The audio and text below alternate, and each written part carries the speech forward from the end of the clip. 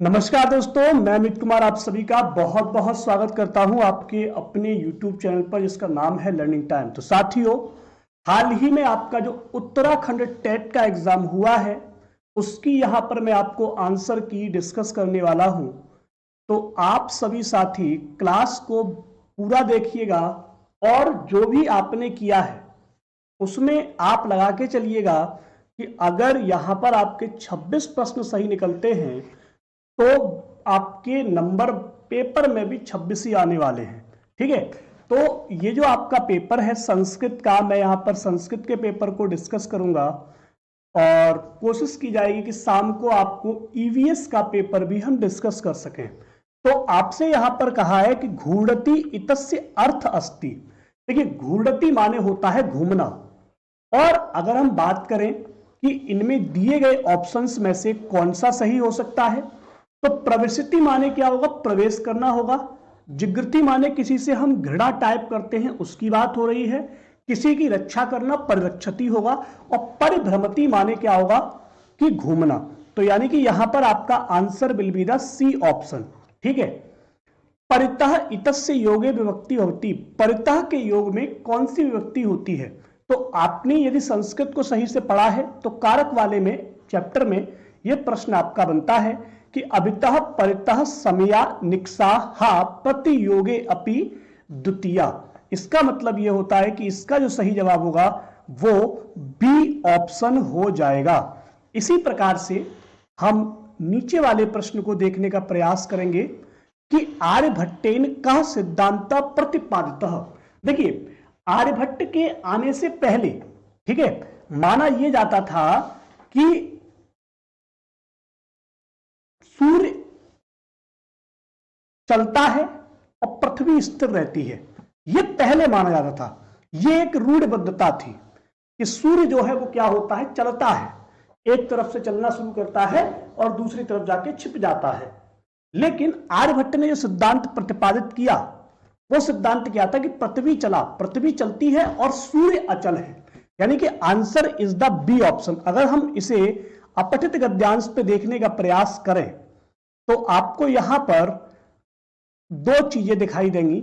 मैं आपको लेके चलता हूं अपठित गद्यांश पर, क्योंकि आप लोगों ने अपठित गद्यांश से आंसर निकाला होगा तो कंफ्यूज हुए होंगे क्योंकि उल्टा दिया है। देखिए, यहां क्या लिखा है, सूर्य अचल पृथ्वी च चला, पृथ्वी स्वकीय अपेक्षे घूर्णति। मतलब पृथ्वी क्या करती है, अपने अक्ष पर भी घूमती है और क्या सूर्य के चारों ओर भी घूमती है। ठीक है, तो सूर्य क्या है, यहां पर अचल है और पृथ्वी चलती है। एक तो यह बात हो गई, एक प्रश्न तो आपका यहां से निकल के आया। दूसरा, आर्यभट्टेन पृथ्वी स्थिरा वर्तते, पृथ्वी स्थिर है, इस प्रचलित रूढ़बद्धत्व को, रूढ़ पद्धति को, रूढ़बद्धता को क्या किया, परिवर्तित किया, मतलब दोस्त खत्म किया। मतलब ये कि जो दूसरा वाला प्रश्न आपका बनता है वहां पर यह बात बिल्कुल सही है। कौन सी वाली, ये वाली, इस रूढ़बद्धता को यहां पर खत्म किया। ठीक है, यानी कि यहां भी आपका बी ऑप्शन है और यहां भी आपका बी ऑप्शन है। अब बात आती है आर्यभट्ट की वेधशाला कहां पर है। तो अगर आप इस अपठित गद्यांश को पढ़ेंगे तो आपको बड़े बड़े अक्षरों में दिखाई देगा कि पाटलिपुत्र के निकट आर्यभट्ट की वेधशाला है। समझ गए, समझ गए कि नहीं समझे?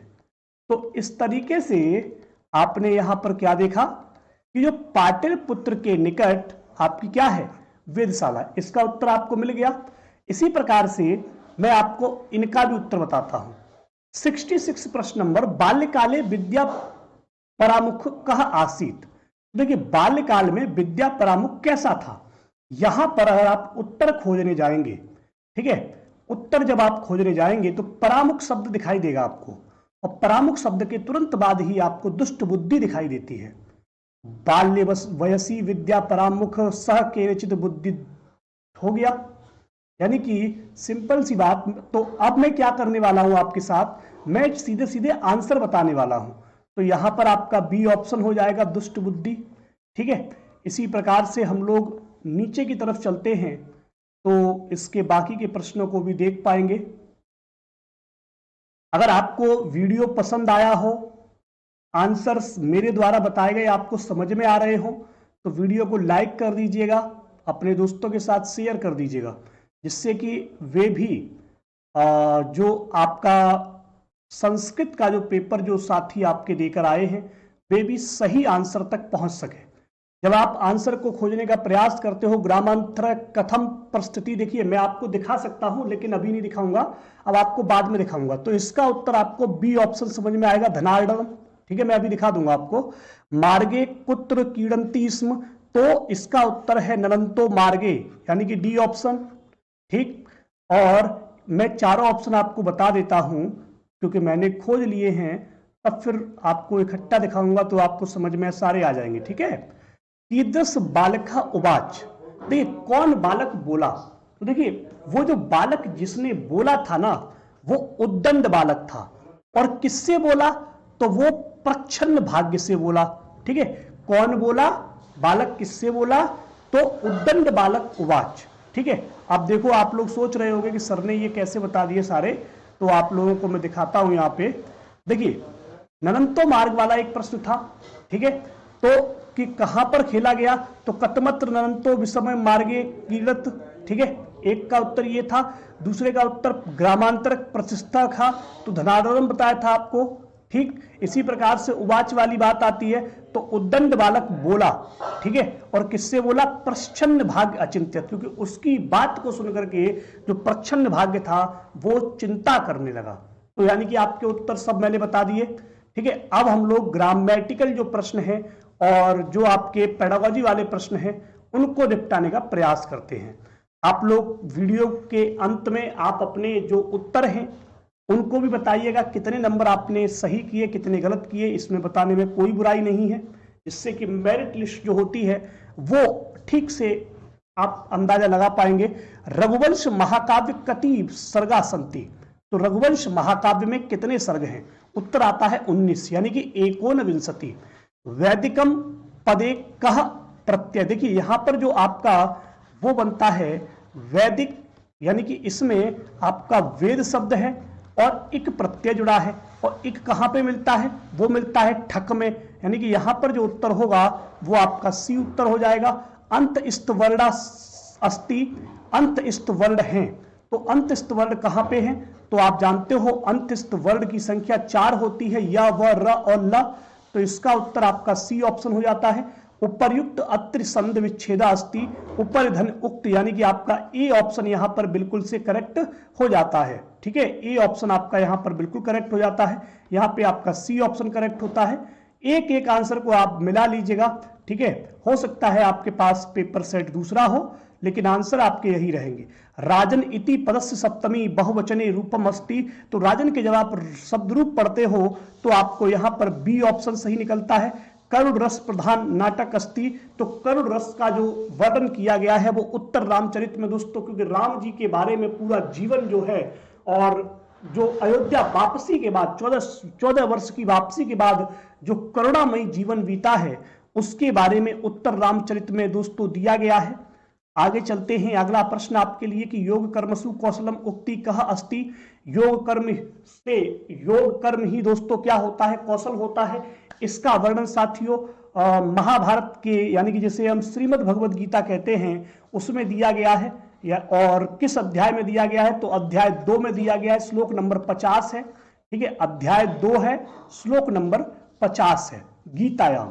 ठीक है, मतलब श्रीमद् भगवद गीता वागार्थ विव। देखिए यहां पे एक कंफ्यूजन पैदा होता है कि ये कौन सी संधि होगी, तो काफी सोचने समझने के बाद वागार्थौ धन इव, इस प्रकार से ये संधि बनती है, और ये संधि आपकी बी ऑप्शन को नजर आती है। ठीक है, बी ऑप्शन आपका यहां पर नजर आता है, इस बात को आप समझ लीजिए, जान लीजिए, सीख लीजिए।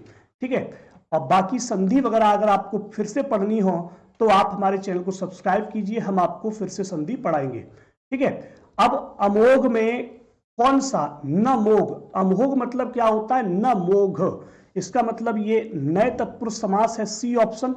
हरऊ इति रूपम अस्ति, देखिए अगर आप प्रथमा के द्विवचन में जाते हैं, प्रथमा विभक्ति द्विवचन में आप जाते हैं तो वहां पर आपको हरि मिलेगा।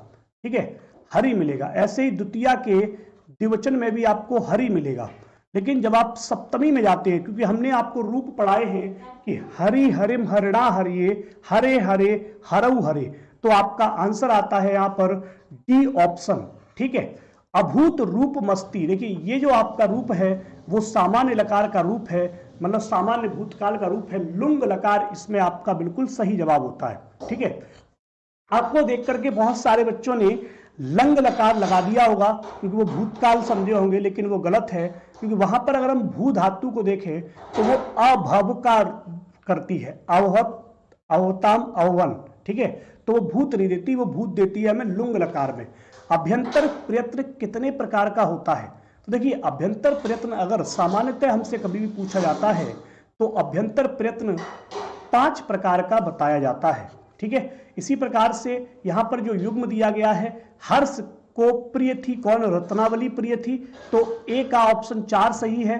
ठीक है, और भास का स्वप्न वासदत्तम, ये आपका याद है, तो ए का आप 4 देख लो, तो ए वाली पोजीशन पे 4 यहां पे है और डी वाली पे ये है। इसका मतलब आपका यहां पर बी ऑप्शन बिल्कुल से करेक्ट है। ठीक है, जो मैंने आंसर बताए हैं बिल्कुल ऑथेंटिक आंसर हैं। ठीक है, तो लगभग जो आपको यहां से आंसर की दी जा रही है वो आपकी बिल्कुल करेक्ट है, इसमें एक भी नंबर इधर उधर का गलत नहीं किया गया है। कारकाणी संति दोस्तों कहा जाता है कर्ता कर्मम च करणम संप्रदानम तथैव च आपादाने अधिकरणे सब कारकाणी षष्ठ। ठीक है, तो इसका मतलब यह है कि आपका 6 आंसर यहां पे सही है। कति कारकाणी संति, ठीक है, कर्ता कर्मम च करणम संप्रदानम तथैव च आपादाने अधिकरणे, ठीक है, इत्यादि कारकाणी षट, यानी कि इसका मतलब यहां पर षड आंसर सही है। इसी प्रकार से मैं ऊपर लेके फिर से चलता हूं आपको, जहां पर हमारी प्रश्न की शुरुआत हुई थी। अब देखिए भाषा अधिगण के समय पर सबसे पहले क्या आता है? तो देखिए यहां पर थोड़ा सा कंफ्यूजन पैदा होता है कि वर्णमाला अक्षर आते हैं, रूपम अर्थ आता है। देखिए जब हम किसी भी चीज की वर्णमाला सीख लेते हैं तभी तो उसके अर्थ वगैरह के बारे में समझने का प्रयास करेंगे, जब हम शब्द बना लेंगे। तो भाषा अधिगण के समय पर दोस्तों सबसे पहले मेरे अनुसार ए ऑप्शन अक्षर और वर्णमाला सही होगा। ठीक है, छात्राणाम त्रुटि संशोधनम शिक्षक है, जो छात्र की त्रुटि का संशोधन शिक्षक किस प्रकार से करता है? देखिए अगर कोई भी बालक गलती कर देता है तो वहां पर हमें आशावादी प्रवृत्ति को धारण करना चाहिए। ठीक है, तो कि अब बेटा ठीक है आगे से गलती मत करना, हमें आशावादी प्रवृत्ति को ध्यान रखना होगा। सी ऑप्शन आपका यहां पर करेक्ट होगा। पठनम नाम अस्ति, पढ़ना किसे कहते हैं?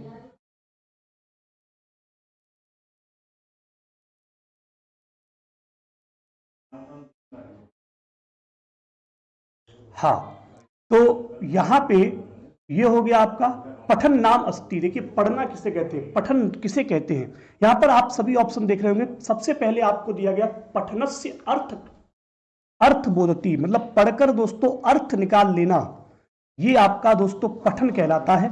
बाकी आपका यहां पर सभी ऑप्शन क्या है? गलत है। यहां पर आपका डी ऑप्शन सही होगा। बाकी आप लोगों के पास जो भी सेट हो उसमें आप ऑप्शन जरूर मिला लीजिएगा कि ये ऑप्शन कहां पे दिया है। ठीक है, वरना फिर एक कंफ्यूजन पैदा होगा कि सर ने कुछ और बताया और हमारे में कुछ और है। बालकस्य भाषणाम निम्नाम रूपणाम च ज्ञानम अस्ति एसह एतेन तस्य विकास अस्ति। भाई इस विकास को हम क्या कहेंगे? बालक दोस्तों भाषा के नियमों और रूप को जानता है तो उसे क्या कहने वाले हैं? तो उसे साथियों हम भाषिक सामर्थ्य कहते हैं कि उसने भाषा में सामर्थ्य हासिल कर लिया है। ठीक है, अगला है भाषा अधिगमनार्थम निवेशित पाठस्य कृते प्रामाणिक ग्रंथस्य आवश्यकता किमर्थम भवति।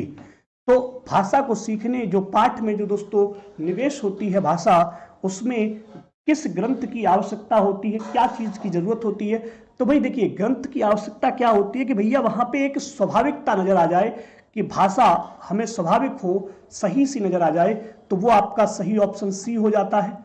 इसी प्रकार से निबंध लेखनार्थम शिक्षक छात्रान प्रेरती सह मुख्यता किम निर्देशति। तो आपका यहां पर सही जवाब क्या होगा? आपका सही जवाब होगा बी ऑप्शन कि स्वानुभाव धारणेन लिखंतु, मतलब स्वयं के अनुभव को धारण करके लिखना। ठीक है, निबंध को अगर मैं चाहता हूं कि बच्चे की हम लेखन कला में सुधार कर सके तो उनके जो स्वयं के अनुभव हैं उनको हम जानने का प्रयास करेंगे।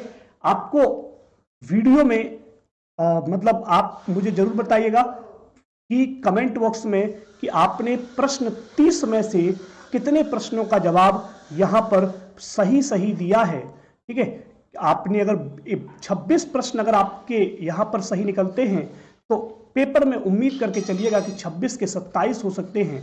ठीक है, 26-27 यही रेशियो रहने वाला है, 25 हो सकते हैं, ज्यादा हेरफेर नहीं होगा। एक आध आंसर कोई हो सकता है कि आयोग चेंज कर दे, वरना सभी आंसर आपके यही रहने वाले हैं। वीडियो को लाइक कर दीजिएगा, शेयर कर दीजिएगा और चैनल को सब्सक्राइब कर लीजिएगा। Thank you guys. पढ़ते रहिए, मस्त रहिए, घर पर रहिए, स्वस्थ रहिए।